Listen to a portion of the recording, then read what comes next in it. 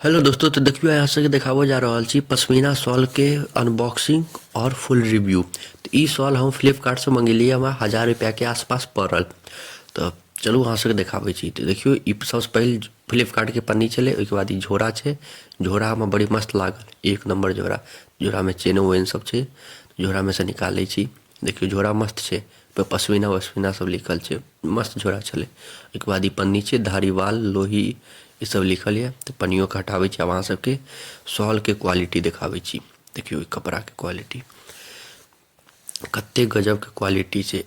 अगर एकर अहाँ के लॉन्ग वीडियो देखो कि एकर केना पश्मीना शॉल के पहचान करल जाइ छै, केना पहचान करबै जे असली छै कि नकली, तो एकर ब्लॉग हम डाल देने छियै इएह चैनल पर।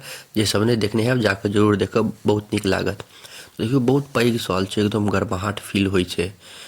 9 फीट 9.5 फीट के छै ई शॉल लाग रही हमरा। बहुत लंबा चौड़ा छै आ बहुत निक दिलके।